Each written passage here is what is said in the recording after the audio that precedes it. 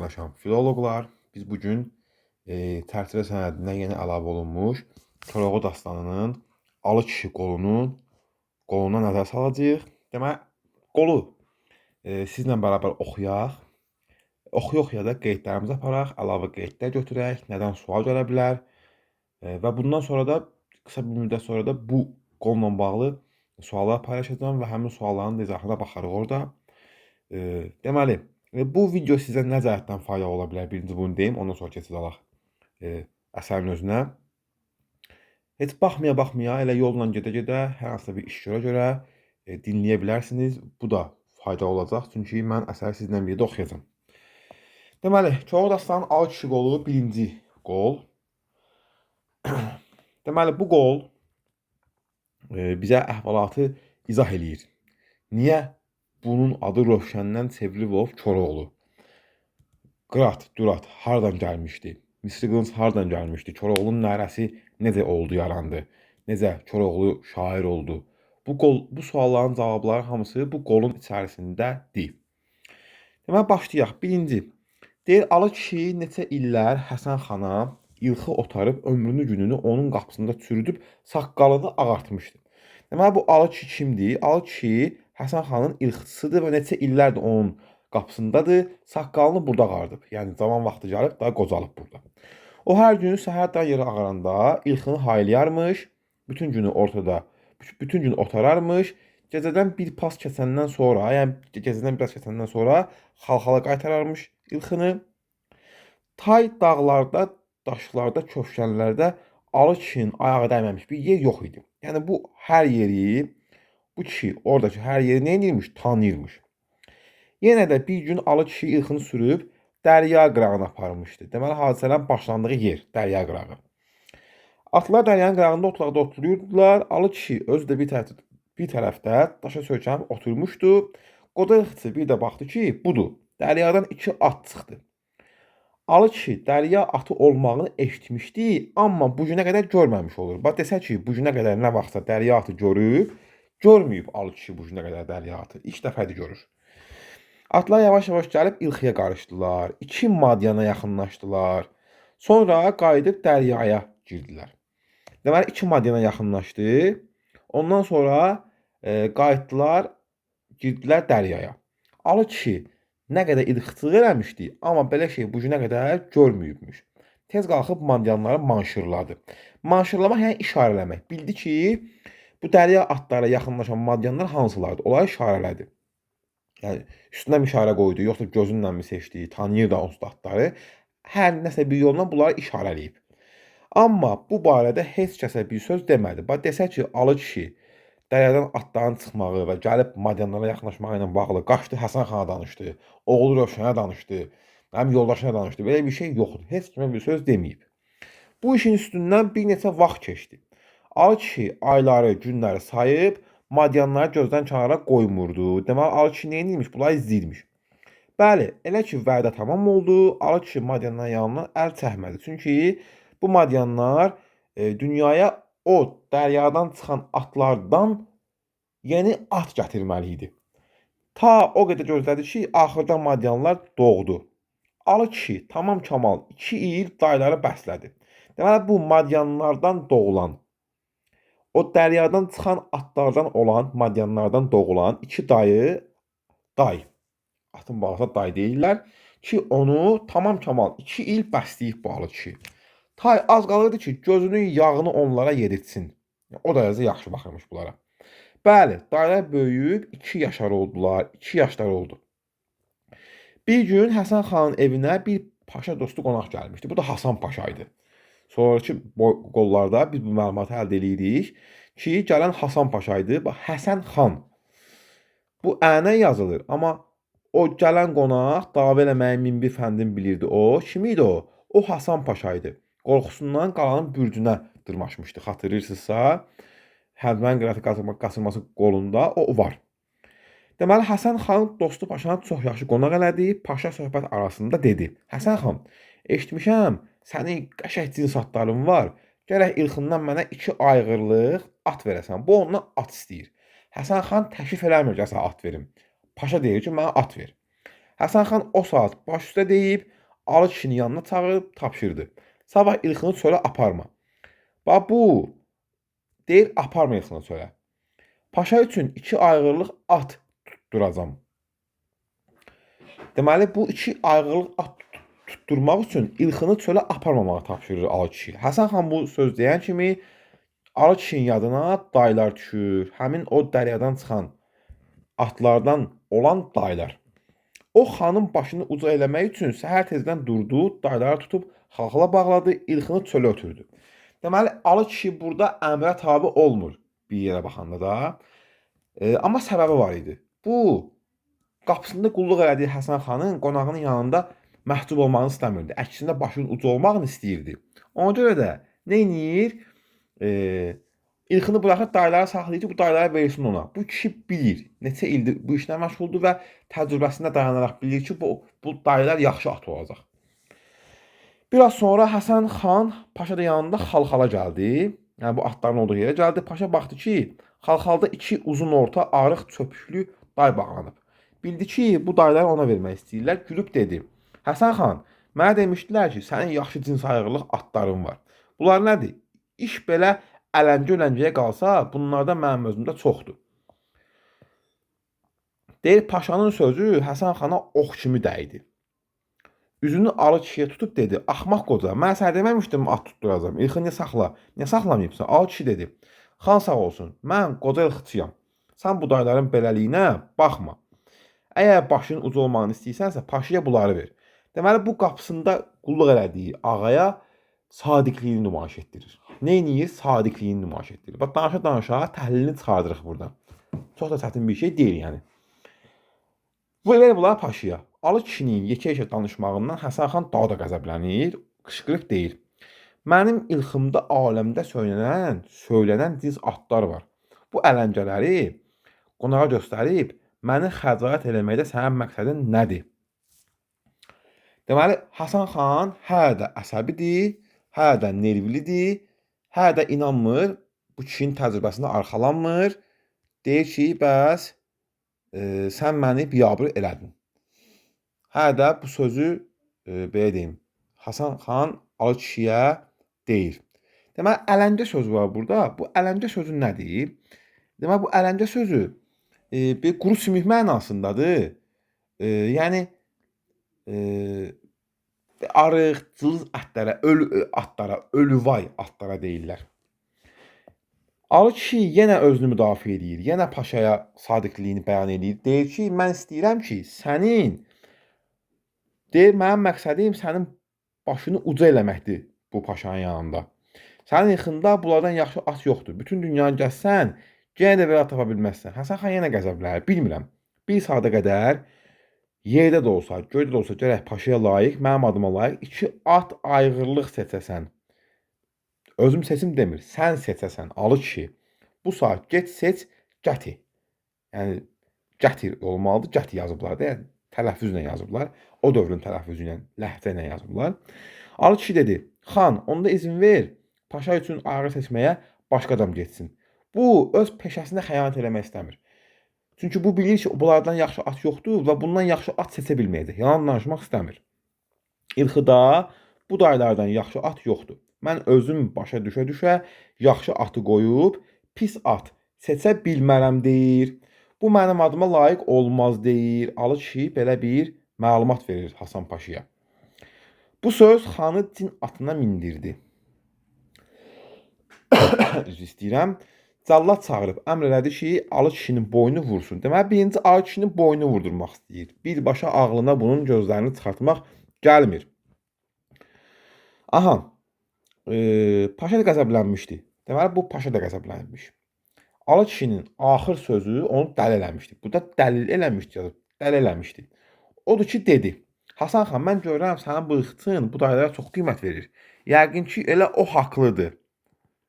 Deməli, haqlı olduğunu bildirir Alı kişinin paşa. Onda sən belə elə. Bu dayıların hər birini onun bir gözünə qiymət elə.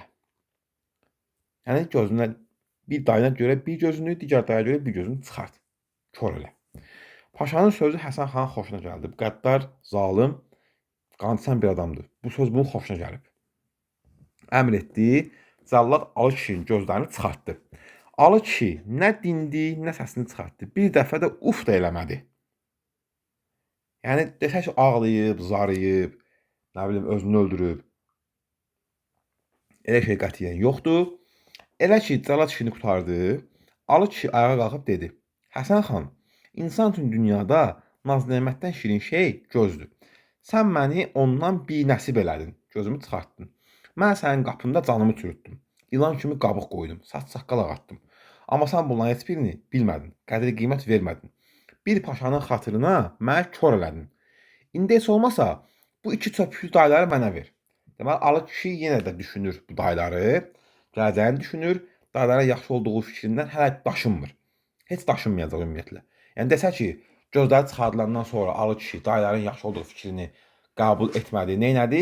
Belə şey qətiyyən yoxdur. Hələ də bunların yaxşı olduğuna inanır. Hasan xan, desək ki, Həsən xan vermir atları buna, verir. Alının yedəyinə verdirib yanından qovdu. Kör Alı kişinin Rövşən adında yeniyetmə igid bir oğlu var idi. İgid burada igid mənasındadır. Rövşən baxdı ki, atası qızıl alqına bulaşmış, yedəyində 2 day budu gəlir. Tez qaçıb onu qabaqladı. Alı kişi oğlunun səsini eşidib dedi: "Oğul, ömrümün əvvəlindən axırına qədər Həsən xana qulluq elədim. İndi əvəzində mənə dünya işığına həsrət qoydu. Bala, mənim gözlərim bu atların üstündə çıxıb. Al bu atları tövləyə çək, tövlə. Qapı bacanı bastır, yaxşı muayət ol, amma gözlə. Bu atlar gərək 40 gün, 40 gecə işıq üzü görməsinlər." Demək 40 gün, 40 gecə bunların işıq ucu görməməyini tapşırır kimə? Oğlu Rövşənə. Hələ ki bunun adı Koroğlu zat deyil. Koroğlu adı hələ ki verilməyib. Biz buna hələ ki Rövşən deyirik. Desək ki, qolun əvvəlindən Koroğlu adları xeyir. Atası buna adı verəcək. Rövşən atları dama çəkdi. Atasının dediyi kimi onlara yaxşı qulaq asmağa başladı. Yox, qulluq etməyə başladı. Bəli, 40 gün tamam oldu. Alı kişi Rövşəni çağırdı ki, oğlum Rövşən, məni atların yanına apar. Rövşən atasının əlindən tutub onu tövləyə gətirdi. Qoca ilxıçı, uzun, caydaq təkmə, sağrılı, nazik ortalı. Bax, izahını verir atların, təsvirini verir.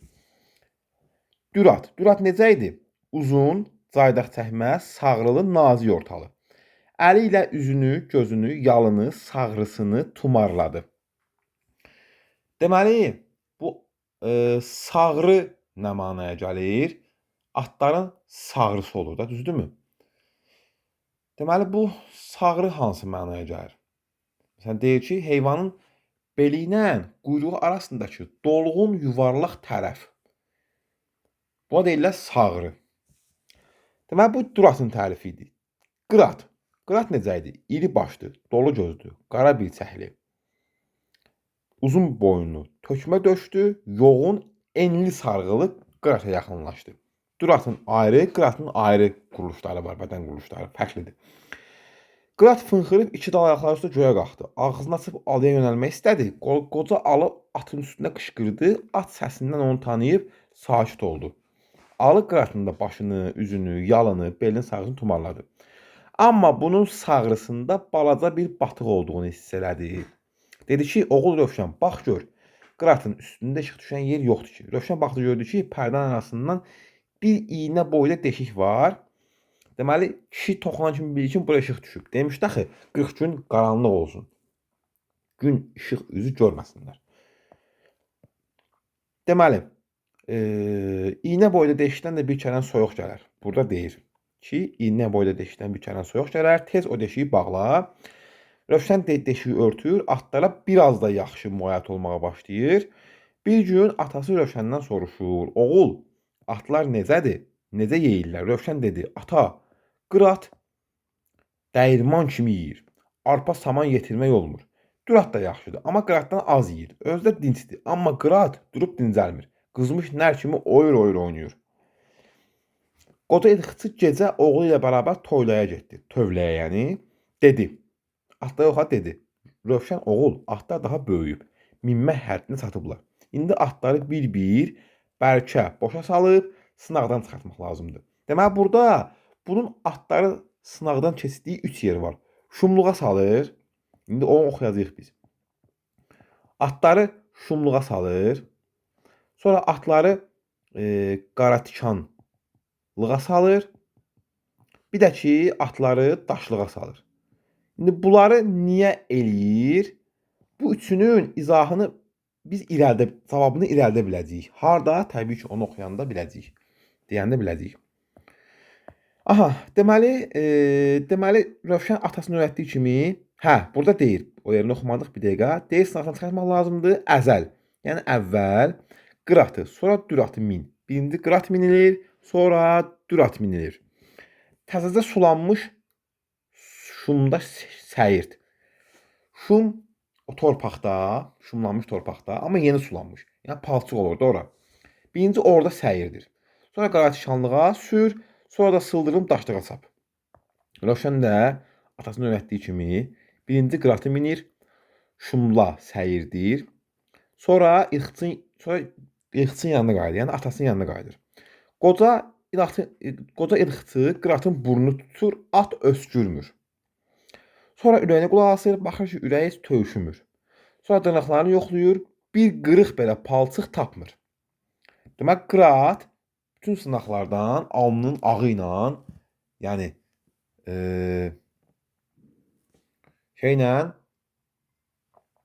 aslanlar kimi, məcaz mənada, aslanlar kimi çıxır. Sonra Rövşən indi də düratı mindi. Şuma sürdü, səyirdib yenə atasının yanına qaytardı. Alı kişi düratın da ürəyini dinlədi. Burnu sıxdı, dırnağını yoxladı. Dürat da öskürmədi, ürəyi tövüşmədi. Amma bir dənə əmması var. Dırnağının birindən bir qırıq palçıq tapıldı. Deməli, düratın qıratdan bu sınaqlarda birinci fərqi nə oldu? Deməli, qoy bunu səliqəli yazaq. Birinci fərqi nə oldu? Qıratın mən niyə belə səliqəsi yazıram? Mənim normalda xəttim çox səliqəlidir. Dırnağında palçıq tapıldı. Deməli, qırat kimi ürəyi tövüşmür, öskürmür, amma dırnağında palçıq tapılır. Sonra Rövşən bu dəfə qıratı minib, qaratçanlığa vurdu. Qaratçanlığı qırat yardı, ildırım kimi ilxıçın yanına dayandı. İlxıçı onun baldırlarını, çətiklərini yoxladı. Bir yerində nə bir tikan tapdı, nə bir yara tapdı. Dürat da sınaqdan pis çıxmadı, amma dal ayağının birini tikan cırmışdı. Deməli, tikanlıq səhnəsində, tikanlıq challenge-ında, yəni düratı tikanlığa salanda, düratın deməli, dal ayağında nə oldu? Düratın dal ayağını balaca tikan cırmışdı. Tikan balaca cırmışdı. Tikan balaca cırmışdı. Deməli, bu sınaqlardan çıxanda dürat birinci ayağında palçıq tapıldı. İkinci də dal ayağını neyləmişdi? Tikan bir balaca cırmışdı. Rövşən axırıncı sınaq üçün qırata sıldırım daşlığa saldı. Qırat güllə kimi sıldırımlığı daşlığı endi. Qızıl quş kimi qoca ilxıçının barabarına dayandı. Qoca alı qıratın qabaq ayaqlarını, üylərini bərk sıxdı. Qırat nə diksinmədi, nə qırpınmadı. İndi düratı minib sıldırım aşağı əldən qoydu.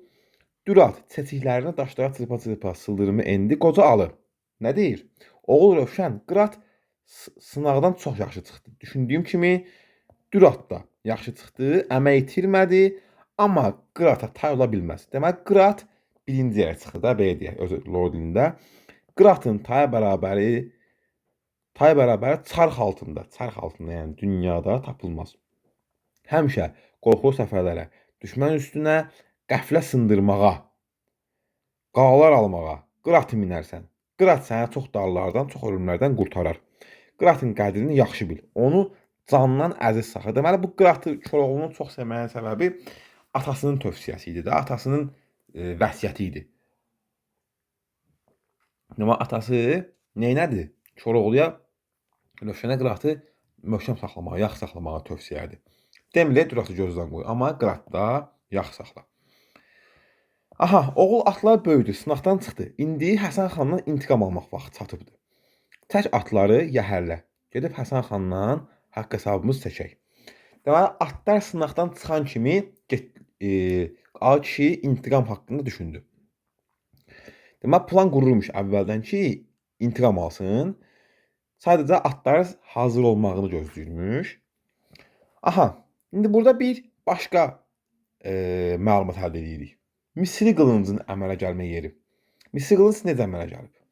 Hələ uşaqlıqda bir gün Rövşən çöldə oynadığı vaxt yerdən bir daş tapmışdı. Daş balaca idi, amma çox ağır, samballı bir daş idi.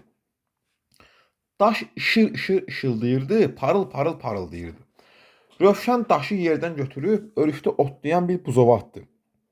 Daş buzova dəymədi, amma buzov onu yerindən yerə yıxılıb öldü. Rövşən qayıtdı, əhvalatı atasına danışdı. Qoca alı təcrübəli adam idi, dünya görmüşdü. Çoxlarını yola salmışdı. Rövşən sözünə qulaq asıb dedi: Oğul, Rövşən, get buzovun yiyəsini tap, cəriməsini ver, razı sal, sonra da haman daşı götür gəl mənim yanıma. Deməli, Rövşən dediyi kimi eləyir. Gətirir daşı atasının yanına, o öz üzünə çevirir. Alı kişi bilir ki, bu daş nədir? Göydən düşmüş bir ildırım parçasıdır. Sabahsı gün Alı kişi Rövşəndən xəlvət, yəni Rövşənə demədən gedir. Tapdana bir ustanın yanına getdi. Tapdana, yəni korda tapa bir təhər güclə gedib çıxıb bir ustanın yanına. Ustaya deyib ki, bu daşdan mənə bir biz qayır. Usta bir daşa baxıb, bir Alı kişiyə baxıb deyib ki, bəs sən ya özündə olubsan, ya da məndə olubsan, daşdan da biz olar. Biz o homonim olan söz var ha, biz. Mən, sən, o, biz, bir də o digər. Ayaqqabı tikənlərin ayaqqabını deşmək üçün istifadə etdiyi alət biz. Nəsə, çox sənə boğazdan sonra axırı Alı kişi ustadan razı salır. Daşı bir zindanın üstünə qoyub döyməyə razı salır. Görsün ki, döyülür ya yox. Alı kişi özü bilirdi ki, daş nə daşdır. Bilirdi ki, daş dəmir kimi döyülər. Usta baxdı ki, ədə bu daş mümkün bir şeydir. Alı kişiyə dediyi sözündən peşman olub, bir biz qayırıb ona verir. Alı kişi ustanın haqqını verib, bizi cibində gizlədir. Daşın qalanını bir qılınc qayıran yanına aparır. Ki, bəs usta, bundan mənə bir qılınc çək. Usta əvvəlkindən də uzunçu olur. Bu da dirəkir ki, daşdan qılınc mı olacaq belə elə. Amma Alı kişi bunu da razı salır. 7 günə daşdan bir qılınc qayırırlar. Elə ki, qılınc hazır olur. Usta baxdı ki, qılınc nə qılınc? Vallahi elə bir qılınc oldu ki, almaz kimi parıldayır, gün kimi yanır, ay kimi işıq salır. Ustanın gözü düşür qılınca. İstəmir versin bunu Alı kişiyə. Elə ki, tamam olur. Alı kişi qılınc üçün gəlir. Usta qılıncı vermir, əvvəldən başqa qılınc verir. Amma Alı kişi işini əvvəldən möhkəm tutmuşdu. Dinməz söyləməz cibindən bizi çıxardır, qılıncın tiyəsinə basır. Biz qılıncı dəlib o tərəfə keçir. Alı kişi bilir ki, usta bunu allatdı. Usta baxdı ki, işlər xarabdır, Alı kişini alada bilməyəcək. Axırda naçar qalıb, çarəsiz qalıb, onun öz qılıncını verdi. Alı kişi gətirdi qılıncı və yenə Rövşənə bir söz demədi. Rövşən qıratı, düratı iftin eləyib, yəhərləyib atasına bərabara çəkir. Hər şey hazır olub. Görəndə evə girir.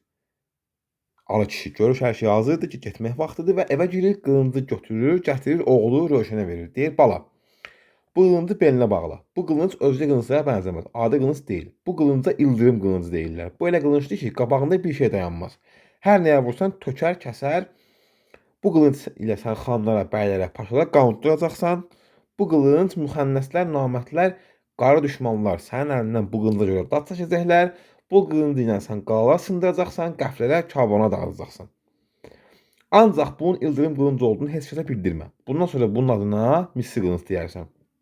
Deməli, bir atlarla bağlı bu söz demişdi. Demişdi ki, sən bununla qalalar alacaqsan, düşmənləri məğlub edəcəksən, paşalara, xanlara qanun duyacaqsan, bir də qılıncla bağlı bu söz dedi. Nə qədər ki, sən qıratın belindəsən, qılınc da sənin belindədir, heç bir düşman sənə bata bilməyəcək. Rövşən qılıncı atasını alıb belinə bağladı. Gözləri çıxarmış Alı kişi dürata, Rövşən qırata minib yola düşdülər. Atlar ildırım kimi gedirdilər. Qırat yolu dəstələyib əlini almışdı. Az getdilər, çox getdilər. Axırda gəlib Həsən xanın imarətinə çatdılar. Rövşən bir tərəfdə dayandı.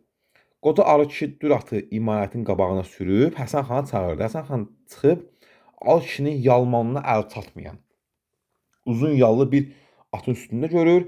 Xan o tərəfə baxan görür ki, Alı kişinin oğlu Rövşən də buradadır. O da bir ata minib ki, Hələ ruzigarın, dövranın gözü belə bir at görməyib. Alı kişi deyir ki, Həsən xan, bu atlar bəyənmədiyin o çöpüklü daylardır.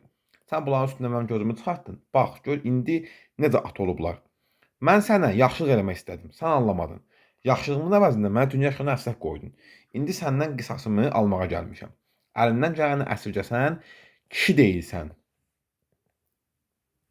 Həsən xan Alıcın bu sözdən acıqlanır, qılıncını çəkib ona hücum eləmək istəyir. Rövşən qıratı onun üstünə sürür, ildırımdan qayrılmış misli qılıncını göyə parıldamağı ilə xanın başının yerdə dığırlanmağı bir oldu. Nə oldu? Burada Həsən xan taxtalı köyüb boyladı, getdi.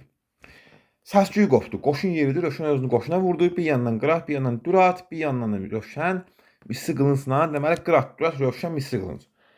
Bu möhtəşəm dörtlü nə edirlər?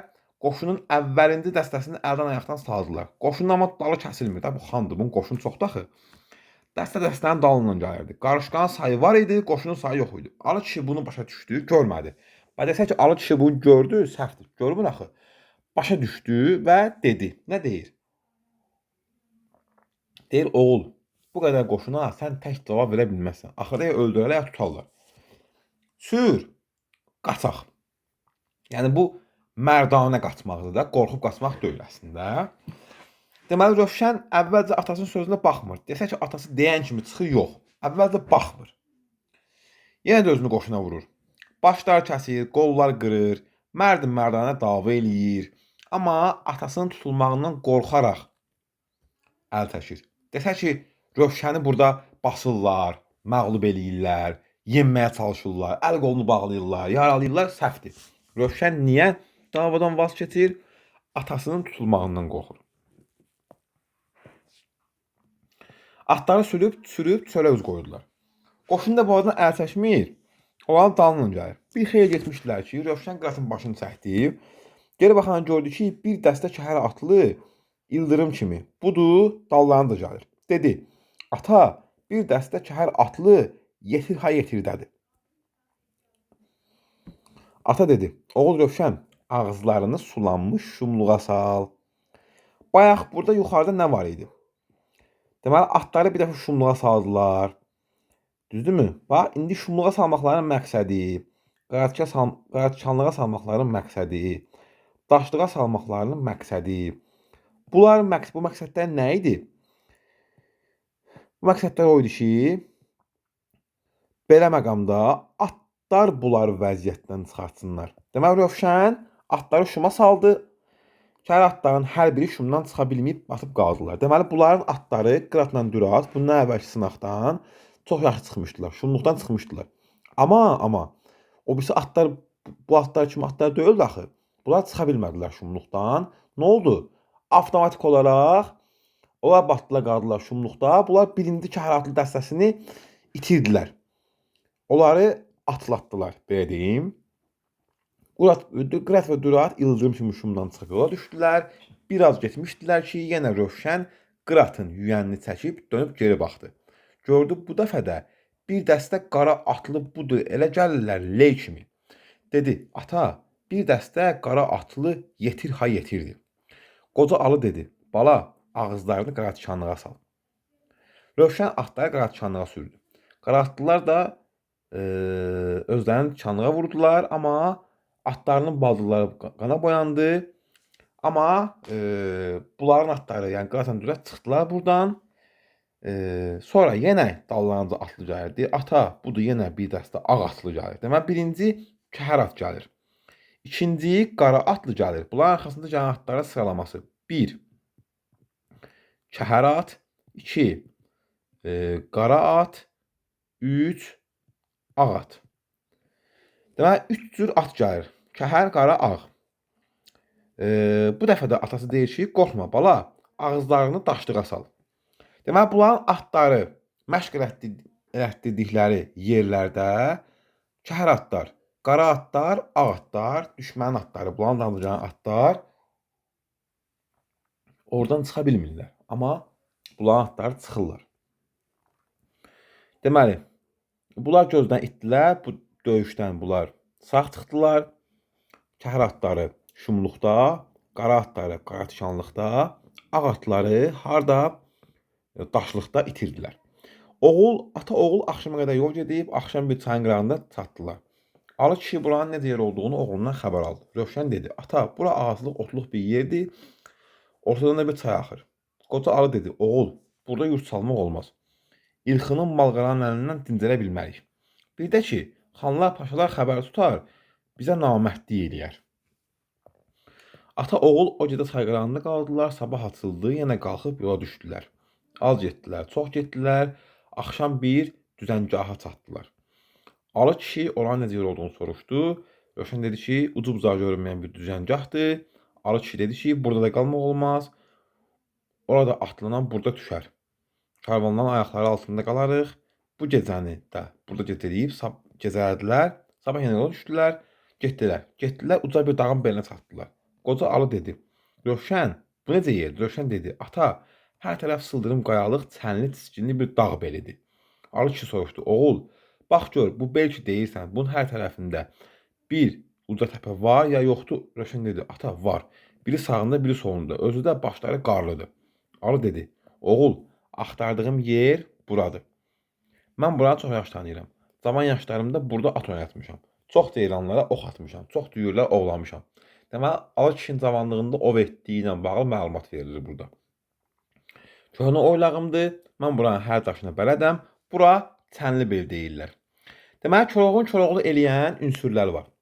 Qırat, Dürat, Misri qılınc, Çənlibel, nərəsi, sazı sözü şairliyi bir-bir tamamlana gəlir. Qıratın hardan gəldiyini, Düratın hardan gəldiyini, Misri qılıncın hardan gəldiyini bura qədər öyrənmişdik. İndi də Çənlibelin hardan gəldiyini öyrəndik. Deməli, Koroğlunu Koroğlu eləyən ünsürlər 1. Koroğlunun atları sıralama ilə hansı gəlir? 2. Misri qılınc. 3. Çənlibel. Deməli, bunların hamısını biz nə edirik? Öyrəndik burada.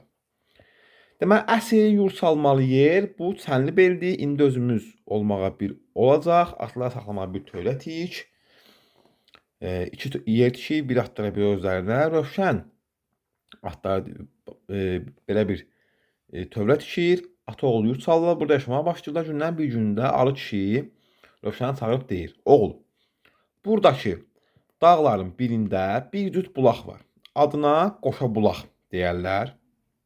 7 ildən 7 ilə cümə axşamı məşriq tərəfdən bir, məğrib tərəfdən bir ulduz doğar." Deməli, Qoşabulaq haqqında məlumat verir. Bu ulduzlar gəlib göyün ortasında toqquşarlar. Onlar toqquşanda Qoşabulaq köpüklənib daşar. Hər kim Qoşabulağın o köpüyündə çimsə, elə qüvvətli bir igid olar ki, dünyada misli bərabər tapılmaz. Hər kim onun suyundan içsə, aşıq olar. Aşıq. Mahnı oxuyan, saz salan. Özündə səsi elə güclü olar ki, nərəsindən meşədə aslanlar ürkər, pələklər tük tökər, quşlar qorxusundan qanad salar, dağlar daşlar titrəyər, atlar qatırlar dırnaq tökər. Çox igidlər, şəhzadələr bu su üçün gəlib, heç birinin baxtı yar olmayıb. İndi 7 il tamam olha oldu.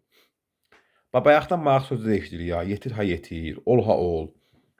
Vədə çatıb, ged axtar, oradan bir qap su doldur, o köpükdən, su yox, köpük. Dən doldur, bir qap mənə gətir. Rövşən getdi dağları, düzləri, əndər döndər elədi. Axırda bir dağa çatdı, görür dağın bir tərəfində bir uca sıldırım daşlı, əl çatmaz, ün yetməz qaya var. Amma qaya elə bir qayadır ki, id istəyir üstünə çıxsın. Rövşən qayanın 4 tərəfə dolandı, göz gəzdirdi, əl tutan bir yer tapa bilmədi, axırda belindən kəməndini açıb qayaya atdı, min ənvai müsibətlə qayaya dırmaşdı. Baxdı, bura elə bir atdı, elə bir mənzər laləzar yerdir, daha nə deyim? Gülgülü çağırır, bülbül bülbülü. Elə bil ki, bu sıldırım qayanın, bax, gülgülü çağırır, bülbül bülbülü, məsələn, metafor, bir nümunə. Deməli, bu sıldırım qayanın üstündə bir baxta şəkili çəkilib. Elə bil ki, bu sıldırım qayanın üstündə bir baxta şəkili çəkilib. 72 qələmlə 72 rəng vurulub. Qoca kəhən sahilə bir ağacı gördü. Yaxın gəlib baxdı ki, vallah, Qoşabulaq qaynayıb göz yaşı kimi axır. ətrafı süd gölünə döndərir. Rövşən o qədər gözlədi, axşam oldu, gecədən xeyli keçmişdi, bir də məşriqdən bir ulduz doğdu, məğribdən bir ulduz doğdu, bu ulduzlar toqquşub qoşabulağın üstündə toqquşdular. Ulduzlar toqquşmağından qoşabulaq daşıb daşdı, ağ köpük adam boyu qalxdı. Rövşən köpükdən bir qap doldurdu. Elə gözəl, elə içməli oldu ki, Rövşən özünü saxlaya bilməyib, doldurduğu qabı qabaqca öz başına çəkdi. Doyunca içdi. İkinci dəfə təzədən bir də qabı doldurmaq istəyirdi ki, atasını gətirsin. Baxdı, ey dadi bidad, köpük harını? Köpük bir dəfə çıxdı, qutardı. Bulaqlar yenə də elə durulub ki, elə bir göz yaşı da axır. Yəni daha köpük qutardı. Bir dəfə bu içdi, ikincidə götürə bilmədi. Rövşən bir başına, bir də dizinə vurdu. Ancaq hara çatacaq? Qabı da götürüb kör peşman geri dönüb atasına əhvalat danışdı. Qoca alı bir ah çəkib dedi: "Mənim gözlərimin dərmanı köpükdə idi. O da ki, ələ gəlmədi." Rövşənin dərdi 1 idi, 5 oldu. Özünə əl qoydu. Başına, gözünə döyməyə başladı. Niyə? Qabaqca özüm içdim. Alı kişi dedi: "Oğul, cəza fəza eləməkdən bir şey çıxmaz. Keçənə güzəş deyərlər." Atalar sözü dedi. Görünür ki, mənim alnımda belə yazılıbmış. Yəqin ki, mənə bir də səni görmək qismət deyilmiş. Dayı mənim əzəlim tamamdır. Qulaq as, sənə bir iki sözüm var. Bala, ay keçər, il dolanar, sənin adın məğribdən məşriqətən bütün dünyada məşhur olar.